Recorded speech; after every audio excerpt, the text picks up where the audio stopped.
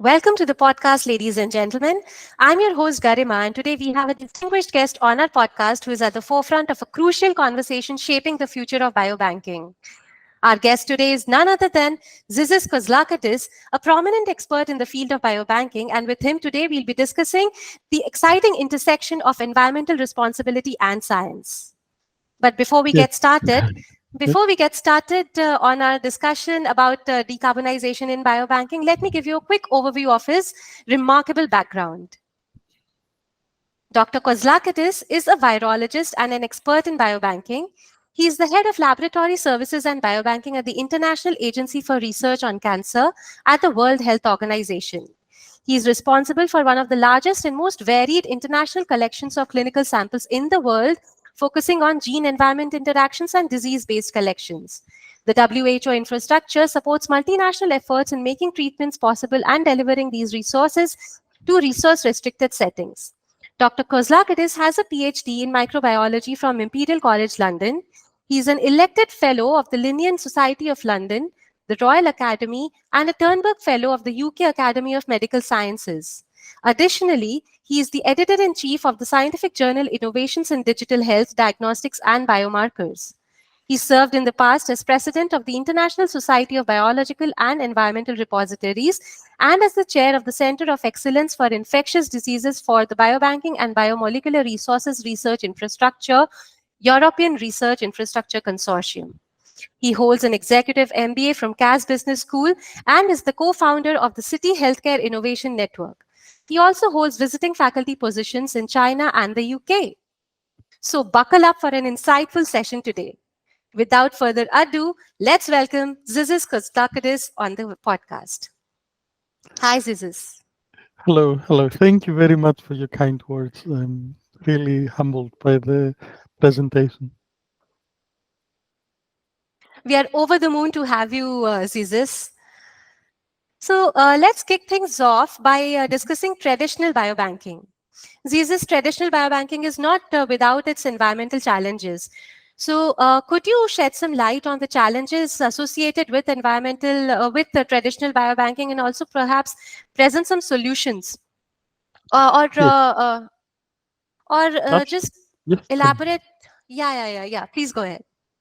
No. So traditional biobanking, let's say biobanking, so the preservation of biological material such as blood or tissue, together with associated data under some governance framework, has been happening for a long time. So to give you an example, in the US, the first extensive biobanking collection started during the time of the Civil War, and that was in the 1860s.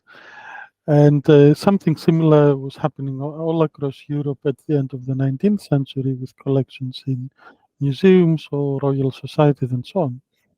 But the modern biobanking as we know it today really took shape on the back of some very big global initiatives such as the Human Genome Project, the Cancer Genome Atlas, and others. So the traditional biobanking that we know today is really still relatively young. It's only about 20 years old, 25, let's say, since high throughput molecular technologies have taken hold of the center field of scientific research and required by the very nature high throughput of high quality samples. So that's where biobanking came in, to provide these samples in large numbers and assured quality, together with the data that is associated. Now, because of the way this biobanking practice has developed, which means associated with different big projects and continuing to be associated with initiatives and research endeavors, it has meant that biobanking as a standalone field has not really considered the environmental challenges that are posed in our modern world. These challenges have been considered with biobanking as part of the research project or as part of the global initiative, but not for biobanking independently. And I think that is something that we can change uh, in our outlook from now onwards, to actually look at biobanking as a field of activity in its own right, and then see where the environmental challenges are, where the concerns are, and address those. For example, because you asked for some examples, Karim, one primary concern when it comes to biobanking is the energy intensive nature of the ultra low temperature freezers. So these are freezers not like your domestic freezer that is at minus 20 degrees at the lowest, 20 degrees centigrade, but they would go as far down as minus 40 or minus 80 degrees centigrade. And these are the bulk of ultra low freezers in most biobanks across the world. Yet we use them as as a standard of practice. And the information on the environmental challenge that use poses doesn't really exist. The other concern, environmentally speaking, is the manufacturing and disposal of single-use plastic consumables. This is not something that's particular to biobanking. This is throughout the medical research, and we understand why we use the single-use material, because we can just discard it, sterilize it, and throw it away in a way that is safe for the handling. But at the same time, we do increase our environmental footprint. There is no no doubt about it. So it's about reaching the balance between how do we maintain the safety, yes, keep it as safe as possible, uh, but also improve the footprint for our activities. Just to close in on it, the main premise of a biobank is not that it acts as a storage. We have uh, two types of activity, if you like, in the biobanking field. One are what we would call biorepositories, so places where there is long-term storage, like the Svalbard seed vault in Norway, where collections of seeds from all across the world are kept for a long time. And then we have biobanks that, because of the word banking, they're supposed to be a lot more transactional in their outlook. So material would come in and out at regular intervals, much like you would do for a bank in everyday life. So when you talk about biobanks, then transportation of material is another key factor, because the biological samples that you collect are supposed to come in and out at regular intervals, depending on the project, depending on the type of activity that you're engaged in. And again, I don't think we have a very good idea on the carbon footprint that that logistic side of the biobanking is posing on us. Right, right. Thank you, Jesus, for that response. Thank you for elaborating on the environmental challenges inherent in traditional biobanking. All the aspects that you covered, I think, underscore the need for a critical examination of the environmental impact of biobanking. Which brings me to to my next question that I'd like your perspective on. Now, this is given the global impact of biobanking. How important do you think it is for the biobanking community to engage in a dialogue about environmental sustainability in biobanking and incorporate sustainability measures into its governance practices? Mhm.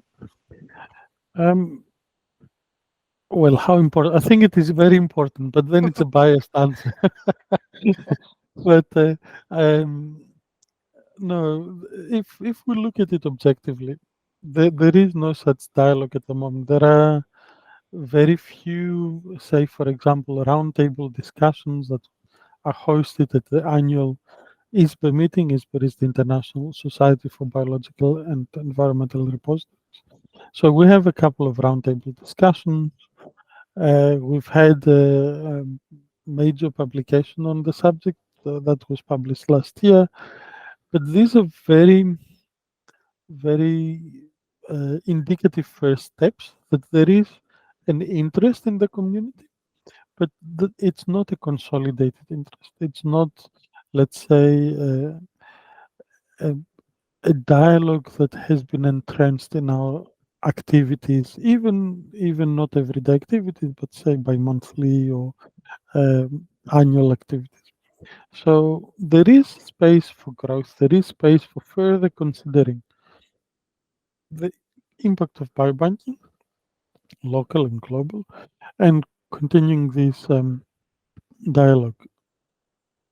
From my perspective, it's really important because biobanking operations are energy intensive processes.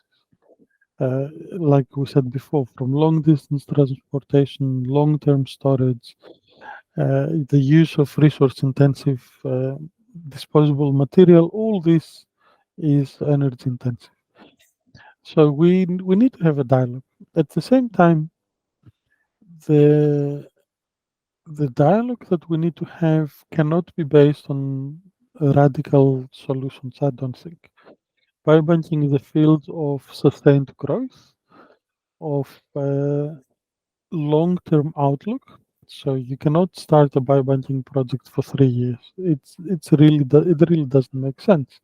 Most biobanks would have an outlook of at the minimum 10 years, 15 years, even longer until the material is fully investigated. So we cannot go into the biobanking field and say, oh no, now you need to stop doing X and do Y. It has to come at a slow pace, and that's why a dialogue is really important. It has to provide the evidence, bring the people along to the change of practice that's required to improve our environmental footprint. At the same time, like in every other field where environmental measures have been taken, sustainability comes into play as a key question. And there are some very good examples of work on sustainability within the biobanking field. I don't know if we're allowed to name names, but I would say work by Daniel Simeon Dubach is key in that field, with Marianne Henderson as well. So the sustainability has been well investigated and continues to be well investigated, but not in terms of the environmental impact. So we need to put that perspective into the mix. So how do we make our operations more environmentally friendly while maintaining the sustainability or even improving the sustainability of biobanks? Right. Thank you so much for that response, Isis. Now, let's talk about biobanking in lower and middle income countries. Jesus, we understand that minimizing the impact of biobanking on environment in lower and middle income countries comes with its own unique challenges. Mm. Could you shine a spotlight on the kind of challenges that biobanks in these countries face, and also perhaps talk about some possible solutions, potential solutions, and strategies that biobanks in these countries can adopt? Yes, and the low middle income countries are a key focus point for a lot of the World Health Organization activities. So from our part, we put a lot of effort to understand the differences in practice, the differences in context that lead to differences in practice in low middle income countries. To be specific, in biobanking, IARC, so the agency within the WHO where I work in, Mhm. created 10 years ago the Biobank and Population Cohort Building Network, BCNet, with the aim of bringing a focal point of low and middle income countries' biobanks and institutional facilities so we can talk about the issues that are specific to these settings because we know that low middle income countries are underrepresented in the global research. We know that low middle income countries are at a disadvantage when it comes to furnishing their laboratories, their research activities. That's a given. But how do we actually use the context or use the unique opportunities that exist to address some of these challenges? And it's the same for biobanking. We need to come together and see what solutions have been developed in other places and how can we use that as a blueprint to adapt and diffuse in other settings. So you asked about challenges specifically, and that was a rather long introduction to the challenges. But the main challenge is the limited resources. Um, it's not just the limited financial resource. This of course is a given, but it's the ongoing limited resource financing. So even if biobanks get a grant or a donation or contribution by a particular state to create a biobank, that is an upfront investment that still needs to be maintained by regular maintenance. And that is a pressure point for a lot of low middle income countries, either because that money for the maintenance is not guaranteed in the long term because of competing priorities, or because the availability of trained staff to do the maintenance in the long term is not there. There isn't a network of technicians that is able to service the highly specialized equipment. So this makes this can have an impact on the infrastructure. It can make it inadequate.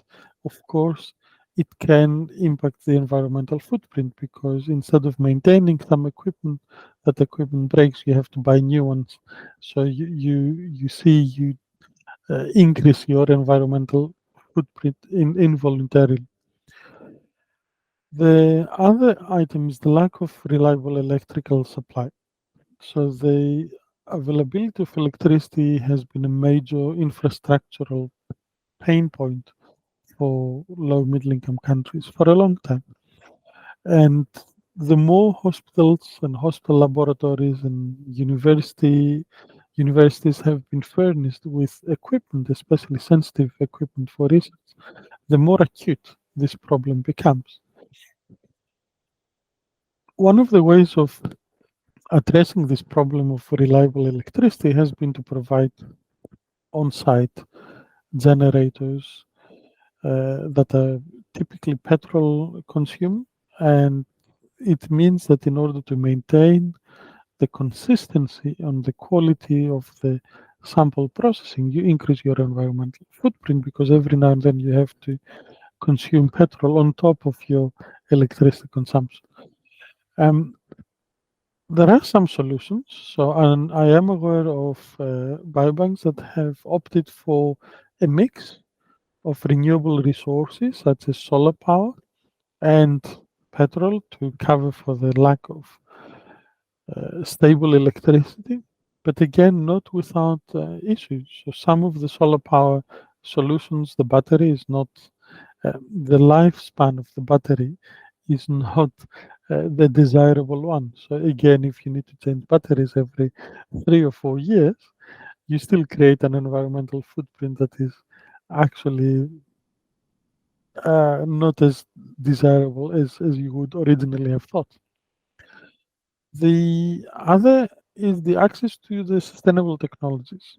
So the it's one of the ideas that we have, and we try to promote this co-development of technologies that are suitable for the LMIC context.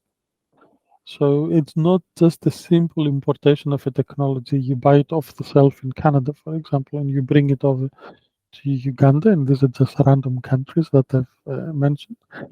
But you allow the co-development of the basic core of the idea to take place locally and adapt to the needs that are local.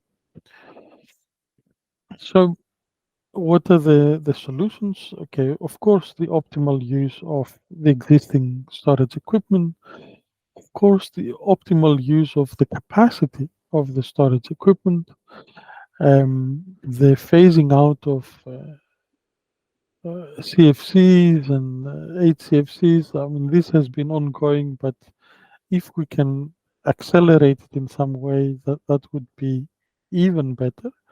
I am aware that in many places the phasing out uh, of CFCs hasn't happened at the rate that one has expected, and that was because perhaps incentives were not there, or the incentives that were there were not in sufficient numbers to allow for that acceleration to really happen. But that is critical from an environmental perspective. The other is to optimize transportation costs. So, uh, how this happens, it really is driven by the local by the local context. For example, you can have a big hospital with a big laboratory and a big biobank that receive samples from primary healthcare centers. Perhaps that can be optimized to be 1 or 2 deliveries per day from each hospital center, or a bike that goes around the hospital centers and then collects everything and takes to the, these are local solutions that need to be thought of. Right, right. Thank you so much, Zizis, for highlighting the distinct challenges that biobanks in lower and middle income countries face, and for also highlighting some solutions. Now, Zizis, all the aspects that you covered, or it's clear from all the aspects that you covered, it's clear that a resource conscious and tailored approach is required to navigate the unique circumstances in these regions. Zizis, you talked about some behavioral and operational approaches that biobanks in these countries can adopt. Now, what about the role of governments, policymakers, and perhaps the larger biobanking community or the larger scientific community to perhaps prioritize the efforts in decarbonization? What do you think? What role do you think these entities can play in overcoming the challenges that you outlined? Karima, thank you for the question. And actually, this is a very, very useful question to have.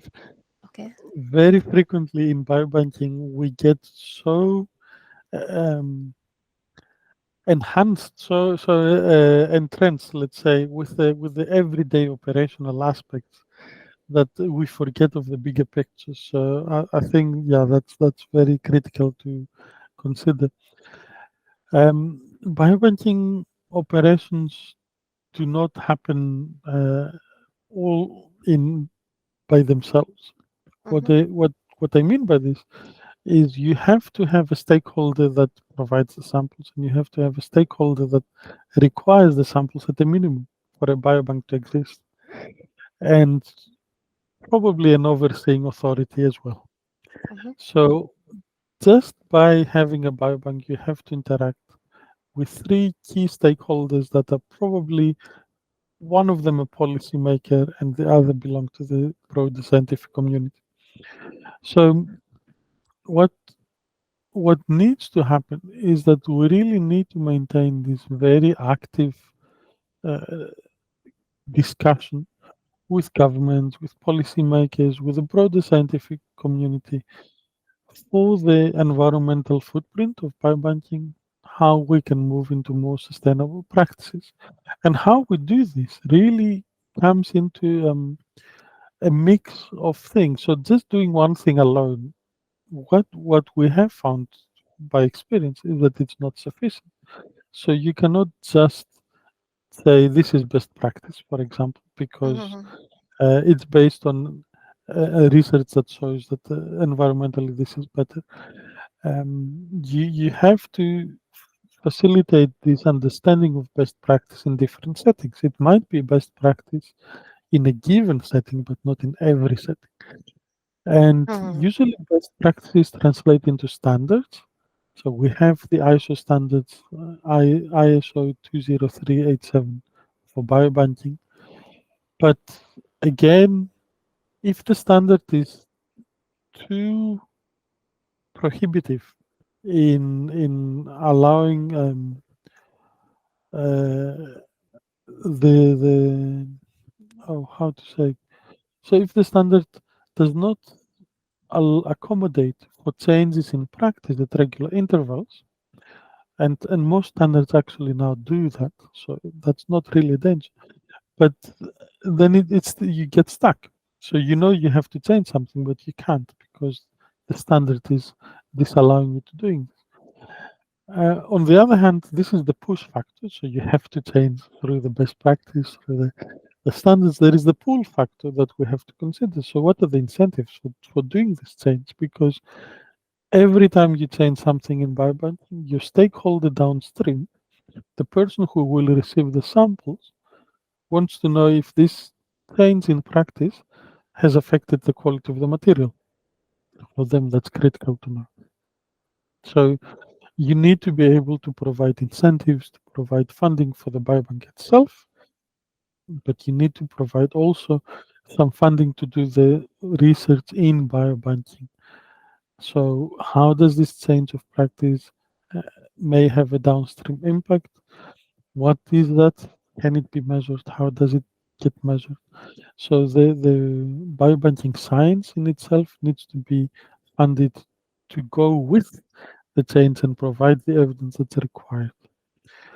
Um, I think biobanks altogether have become better in the last 20 years to talk to governments, to talk with scientific communities about the needs of biobanking, about what is happening in biobanking. Far from perfect, let's put it out there. So still, if you go out in the general population and you say, "Do you know what biobanking is?" Most people will say, probably not. If you start describing the process of biobanking, a lot more will be aware that this is happening, but they didn't know that biobanking was the name, the official name for it.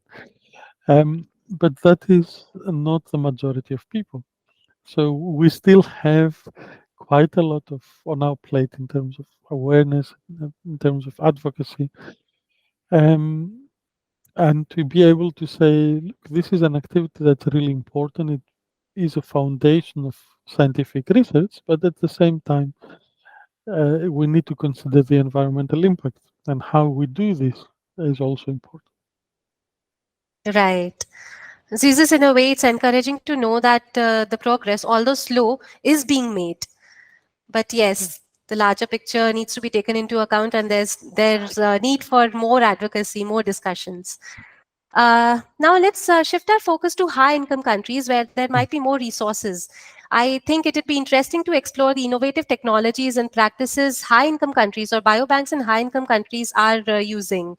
Zizes, could you give us examples of some technologies or perhaps policies or practices or equipment that biobanks in high-income countries are using to reduce their energy consumption? Yes. So the situation in high-income countries is slowly improving, Okay. and it's it's not a wide practice. So what you see at the moment are just isolated examples where people have tried this or that, and they tend to usually be associated with some local incentive or some government funding to try this and see what happens. So yes, there is some movement, and they are in a better position because these incentives exist. But we shouldn't consider this as we shouldn't consider this as a general picture that takes place throughout biobanking in high-income countries. Now, for a couple of examples that you asked, so a number of biobanks, for example, as part of the overall hospital or university aim to reduce their carbon footprint, have been furnished with equipment that measures the energy consumption of individual, let's say, ultra low freezers or high capacity freezers, so that you understand the fluctuation in energy consumption throughout the year, so that you understand the energy fluctuation in energy consumption depending on the level of usage of that particular equipment. So the more I open the freezer, for example, the Mhm. more likely it's to consume electricity because the compressors have to work harder and longer. But we still do not have a complete picture in that sense. So people have done it for their own needs, for their own settings, and based on that, they have improved by buying, for example, alternate freezers provided by alternative companies with a better footprint. But this has been very isolated. The other technologies that we've seen are the automation in terms of biobanking. You can have automation in freezer space. So, for example, we've had very large automated freezers developed, and we talk about millions of samples, and because of the concentration of the samples, they can provide energy savings. So you have a lot of samples compressed into a smaller space.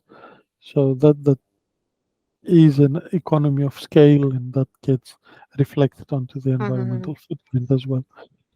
Um, there are also the increased use of electronic or let's say IT-driven solutions, where you can predict when equipment might fail. So you can have a preemptive maintenance. So we have seen that occur in some biobanks where, depending on the level of, say, fluctuation of the temperature in some freezers, you call the technician early enough because the compressor might be struggling. So you see the signal, it's a preemptive maintenance. It allows you to keep that equipment for longer and working predictably. So your environmental footprint as well is affected. But you see, these are all solutions that come through the improvement of practice and that improvement of practice reflects on the environmental footprint, but they're not driven from the environmental side of things. So yes, there are improvements, but they are peripheral to the core of the activity that's happening. Um, yeah, let's stop here. We can mention more examples later. Sure, sure, sure. Zizis, thank you for giving us a glimpse into the advanced technologies or practices shaping biobanking in higher income countries. Zizis, now as we delve deeper into the mechanics of decarbonization, one key aspect that Mm, surfaces is the lack of comprehensive data about mm. the cost and consumption of liquid nitrogen or energy over the lifetime of ultra low cost temperature freezers. Jesus, how important do you think gathering this data is, and what obstacles do we face in gathering this data? I think it's a rhetorical question as to how important it is for Okay, this to okay, get import. Well, given all the discussion we've had so far, I think you can say it is important. But yeah. no, the lack of data is severe. So we really do not understand how the same equipment, let's say an ultra low freezer, but not just an ultra low freezer, any freezer, let's say, how it Okay. performs. The same freezer, you buy two identical ones. You put one in a high income country, you put the other one in a low income country. So the one has a stable electricity, relatively stable conditions of humidity and temperature gradients that are acceptable on the environment. The other is found in irregular electricity supply, very high humidity throughout the year, or dust throughout the year, and very high temperatures or very highly varied temperatures. So how these two identical equipment will behave in these two very different contexts, we don't really know. And I mean, this is a severe lack of data. How can we inform our colleagues in low middle income countries on the best practice of particular equipment if we don't have the data? We simply would say the consensus we have from our experience in high income countries is such. Uh, good luck for the local adoption. Um, the the second is that actually a lot of the processes that we use and a lot of the biological materials that we use are very energy demanding in being constructed. So, for example, we get materials, the tissues, blood, urine. We have to analyze, do some preliminary analysis before we store for long term. Even the enzymes that we need to use are very energy consuming in being created, in being provided. They're all provided in dry ice at minus 40 degrees. They're all provided. They all need to be kept at minus 20 degrees to remain active. So this whole process is energy uh, consuming. So we need, again, there is not a lot of data. So we don't know if we replace the production of some uh, enzymes, let's say, with lower temperatures, is that going to be effective for what we need to store, for the quality of the material? If, for example, we need to store DNA or RNA, are there new technologies that allow us to store it room temperature? The answer is yes. There are new technologies. There are, for example, uh, tissue preservation media, nucleic material preservation media, long-term preservation media that so this is like a liquid, that you can mix your sample in, and it will preserve it very well for at least a number of weeks at room temperature. Eventually, it would need to be stored at minus 40, minus 20 for the long term. So we still have data that is missing. Yes, there are new technologies that are coming, but they need to be tested. And those that are tested need to be incentivized for the rest of the biobanking community to adopt. So there is a resource allocation question that comes as well. Now, it's easy from my side to say, oh, we need more data. That's probably the easiest thing to do. I have to mention that actually we also need standardized metrics. So there isn't very much merit in just getting data if it's not standardized and comparable across the board. And I think this is something that there is still work to be done. The data collection and variability of data that we get from biobanks is troubling at the moment. So we know that biobanks can face difficulties to collect data accurately, and that is because of the different freezer models, the storage conditions, the environmental conditions, the operational practices. The list is long. The more data we collect, the better it becomes. So the picture starts to become more complete. And to have some standardized data collection methodologies on that aspect really can help address this challenge. I think the roundtable discussions we're having with ISBA are very useful to create a consensus on how this data needs to be collected, compared, and presented. Thank you. Thank you, Jesus, for highlighting the importance of data as well as standardized methods in our journey towards sustainability. Now, talking about the practical implementation, Jesus, I was wondering if you could share some successful case studies where biobanking facilities have successfully deployed decarbonization strategies, or case studies where innovative approaches have led to tangible reduction in environmental impact. Oh yes, I can mention a couple at least.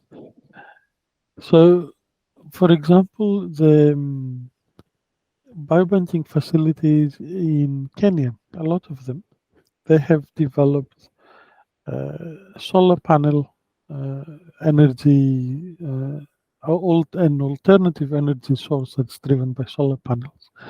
And that really reduces the carbon footprint. It's not reliable enough to provide electricity for everyday need. But when the electricity goes down, then there is sufficient energy to cover most of the aspects. And yes, that has been an upfront investment, but the source of the electricity is inexhaustible, definitely in Eastern Africa.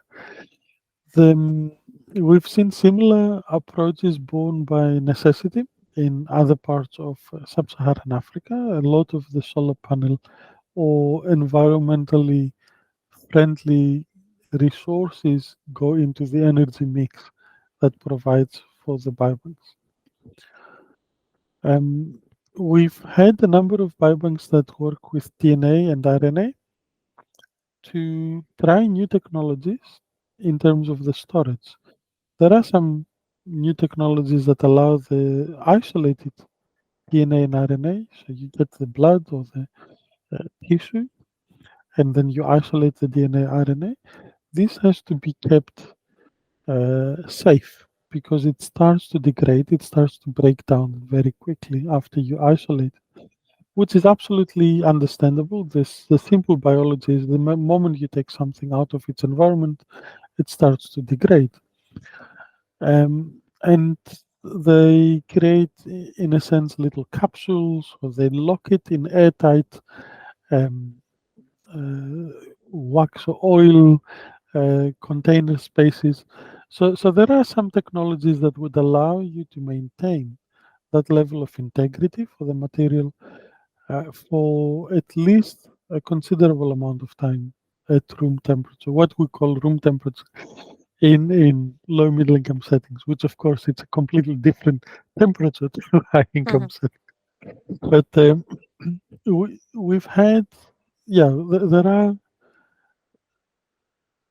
technologies that can transform biobanking, and they have been deployed. For example, let me give you another example. In Indonesia, we've had post-pandemic a lot of reorganization of or rethinking of biobanking with a lot of support by the Ministry of Health and the Ministry of Science and Technology. And the idea there is that you optimize the use of existing biobank facilities for the projects that take place. So you create a network of biobanks that was organically created by the colleagues in Indonesia. And therefore, now you have, from a science and technology point of view, you have a network of facilities that you can engage for upcoming research. So you optimize the use of the resources, and therefore you optimize the use of you optimize your environmental footprint. Right. Fascinating insights and intriguing use of technology there, Zizis. Now, looking toward the future, Zizis, technology is ever evolving. So, what, according to you, are some technologies that you think would transform biobanking and its approach towards sustainability in the near future? Um, there are some technologies. You're absolutely correct. Technology is advancing all of the time. In some cases, a bit of a headache in biobanking because our outlook is long term, and then the technology comes very quickly. But it's better to have it that way than any other way. Okay. So we have vitrification techniques. So it involves the creation of the biological material into a glass-like state. So the water cools down and forms like a glass, and avoids the formation of ice crystals. Um, it has the potential to reduce the reliance on the energy-intensive ultra-low freezers. There is the Society of Cryobiology that has provided a lot of the very solid scientific evidence for this, and this is still a very active field of development. There are monitoring systems that we even have here at IARC, real-time monitoring system for the temperature, the humidity, the energy consumption, not so much for a lot of our equipment. So when we see uh, indications that some equipment is struggling, that uh, the consumption is not as whether it is energy, liquid nitrogen, any type of consumption is not as expected, then we can intervene early enough and avoid bigger problems. Um, we can consider environmentally friendly reagents. So the reagents that are, for example, maybe biodegradable plastic. So replace the plastics that are single use and we use very widely with something that's biodegradable. I don't know if that is possible because then if we have to store that biodegradable product for 20 years, will it behave the same as the plastic? That I don't know, but it has happened in other fields of everyday activity where we replace plastic with biodegradable products in, for example, the food production, some aspects of food production and food retail. So perhaps why not? And of course, there are advances in technical storage where you can increase the way that you store materials. So in the same area, you can store a lot more, and then multiply that so you can get the economy of scale. Yeah, let's leave it here. Thank you, Jesus. Looks like it is an exciting time for the intersection of technology and sustainability. Jesus, considering the advancements that we've discussed, would you recommend biobanks to deploy informatics tools to reduce their carbon footprint? Absolutely, I would recommend them. I would recommend biobanks to deploy informatics tools. Full stop. The At the level of use that biobanking is going, where it's very high throughput use of material coming in, material being provided, you cannot cope without having informatics tools. Mhm. And that is, we can say, oh, we'll manage with Excel spreads. It's actually only for a period of time. At some point, you really need to do the jump. And actually, the earlier you do that, the better it is for the biobank in the longer term. So, yes, absolutely, biobanks should have informatics tools. At the moment, I think we are underutilizing the information, the data that comes out of the informatics tool. We simply use it as a tool to count the beans in, beans out situation. And actually, the data that we have is rich. We have biobanks that have had informatics tools for 10 years, for 15 years. It's data that's good enough to start to be mined. So to see what are the patterns that we can see in terms of use, which means can we predict the level of storage that we need ahead of time and be very economical with it? Can we optimize the tracking of samples without the need to open multiple freezers? So when I need to retrieve samples, the system gives me the samples in the order that has the least impact in terms of opening freezers and closing them. Because what I've seen in most biobanks is just a list. You know, there isn't a second thought about how to best utilize the information that you have. Um, the shift to the digital altogether, I think it's really useful for the environmental footprint. The less paper we have, the Mm. better it is. Of course, we have to back up whatever we do on the digital space, but that's a best practice. And the same way that we have best practices for the operations in the physical process of samples, we have to have best practice for the digital side of things. That goes without question. Um, for example, there are systems now that allow the input of information through voice-driven software. So you don't say if you go to highly protective atmosphere in a lab, so category 3 to allow you to work, for example, with COVID or highly pathogenic material, you don't need to get pen and paper that's dedicated. You can have a voice activated software that allows you to record the information, input the information in the system in the same manner of precision, and the work is done. It's there, and you can process it whichever way you like. So there are solutions, absolutely, and we can use them to reduce the footprint. Again, I think what happened is people have used such solutions because of the local necessity, but they've considered the data in the very narrow sense. So how much money have I saved by not having paper? But how does that saving translate into an environmental footprint reduction? They haven't done that next step in the equation.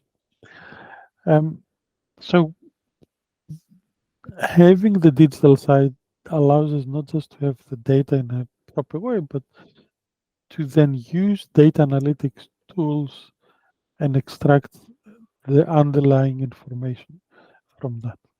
And for biobanks, I think that information really has the potential to identify opportunities for resource optimization and very targeted sustainability activities.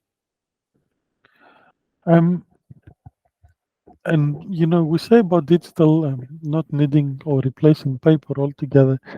In the same way, cloud-based solutions replace the Right. need for having, the fixed IT infrastructure. That also reduces energy consumption. So Right. there are all these different layers that are driven by the software implementation.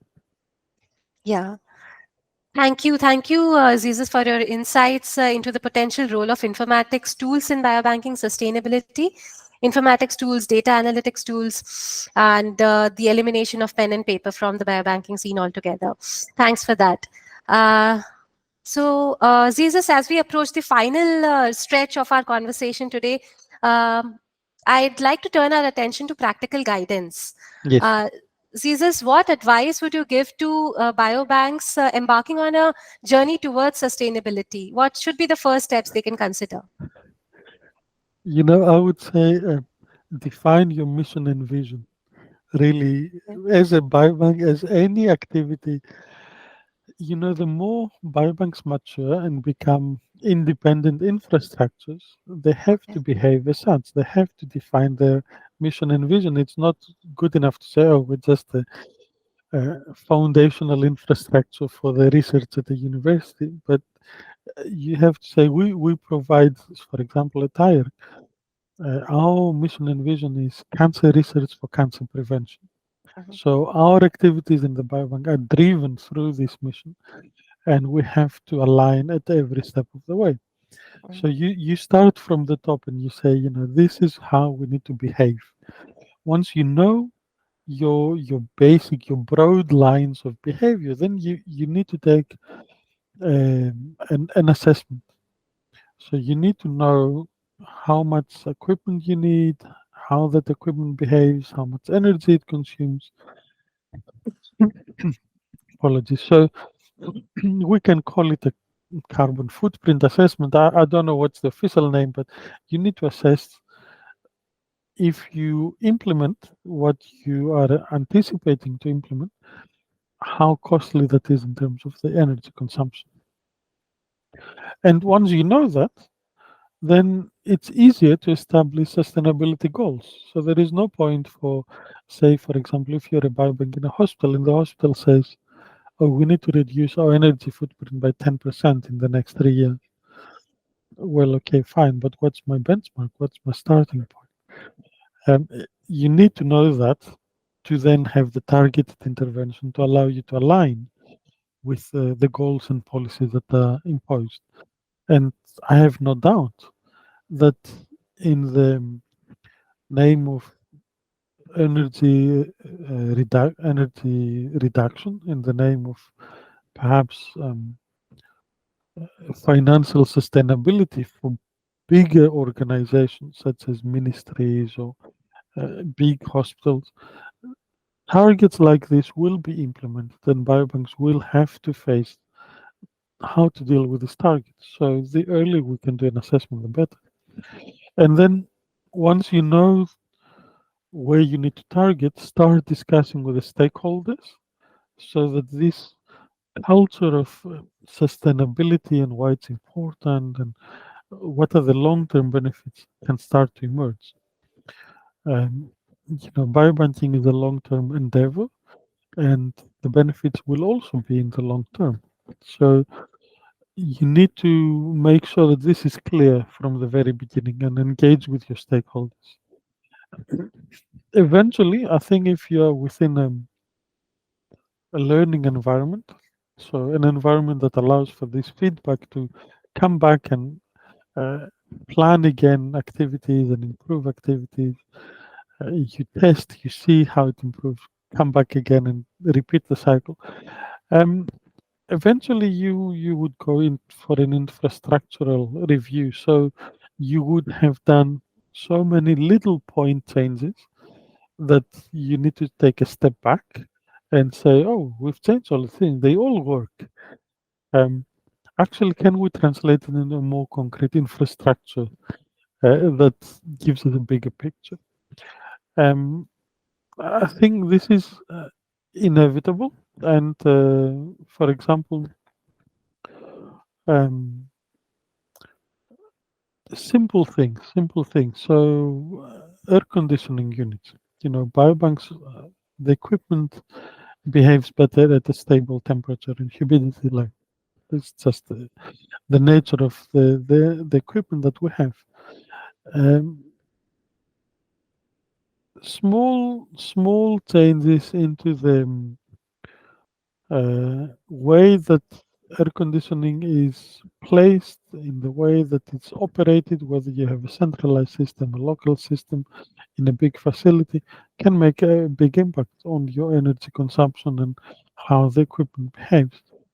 So being able to implement energy efficiency measures in a way that makes sense for biobanks is very useful. We've mentioned the transportation and logistics. I think that is always a case of being optimized. Uh, if biobanks are not sure how to do this, then IARC has created a number of papers. We've provided information online for free to Okay. use as an initial benchmark, but really biobanks should work on an iterative optimization of the sample transportation and logistics. It is our second biggest cost, and that needs to be taken very seriously. The first biggest cost, of course, is the staff, and we really need to invest in the staff training, the staff education. Sustainable practices come at a cost, yes, on the technical side, but the bigger cost is to train people to understand why, to behave in the ways that optimize not just the use of equipment, but the entire process on the biobanking pathway. Thank you, Zizes. Fantastic insights there and a wealth of advice for biobanks venturing into sustainability. Zizes, given the strides that we're making toward decarbonization, I'm curious about your vision for the future landscape of biobanking. So, what does future landscape of biobanking look like in terms of decarbonization goals, and how might it impact the healthcare scene and the research scene on the global scale? Mm. The big dream, let's say, would be for an energy efficient infrastructure.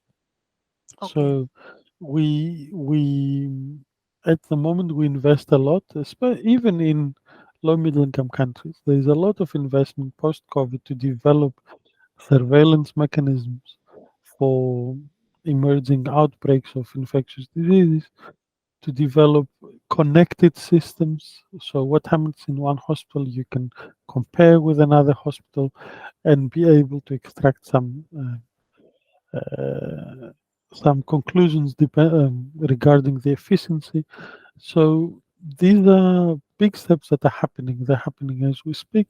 So I think if we can put the carbon footprint or the consumption of energy into the mix of this energy efficient infrastructure, we would have already made a big stride forward. Eventually, we need to have this data driven sustainability. So we need to be able to have good quality data that will that will inform our decision making and drive the way forward. Um, we need to think, we need to come with some clever ways of using the data that we already have as biobanks towards that end. I've I've experienced good discussions. I haven't seen, say, concerted effort yet. Okay. I'm just hopeful at some point it will materialize. Hopefully, if we do these things, eventually we'll have a carbon neutral biobank. There is, there are examples in other industrial sectors where they offset the energy consumption. So the heat generated, for example, is recycled and used in other areas of the operations. I see no reason why, after some careful planning, that we can offset the energy generated by, say, 150 ultra low freezers into some other form of, or that energy can be recycled into some other function of the facility where these freezers are located. So the technologies for doing that exist. I'm not aware of any of those being applied in biobanking. Okay. So perhaps that's an opportunity for companies. Maybe it's an opportunity for institutions and facilities to consider that actually the saving is not by reducing the number of freezers, but the saving is by using the output of these freezers, which is a lot of thermal energy, into some other function. Um, the we really need to have the stakeholder support to do this.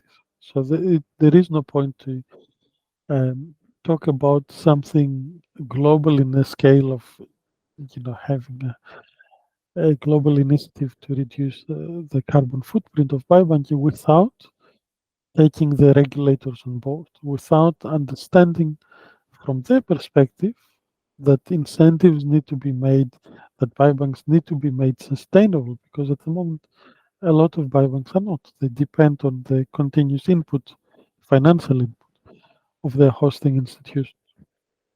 So there are opportunities, there are big challenges on the way, but the technology moving in a way that I believe will allow us to answer at least most of these challenges. Thanks, Jesus. And with that visionary outlook, we conclude our enlightening conversation on decarbonization in biobanking with Zizes. Thank you to you, Zizes, for your expertise and your insights. Thank you for sharing the insights with us. And for our listeners, thank you so much for joining us today. If you have any questions on the topic that we discussed today, or if you are looking for a reliable LIMS, you can reach us at 1-302-789-0447, or you can send us an email at support@cloudlims.com. Thank you, Jesus. Stay tuned for more captivating conversations. Bye for now. Thank you.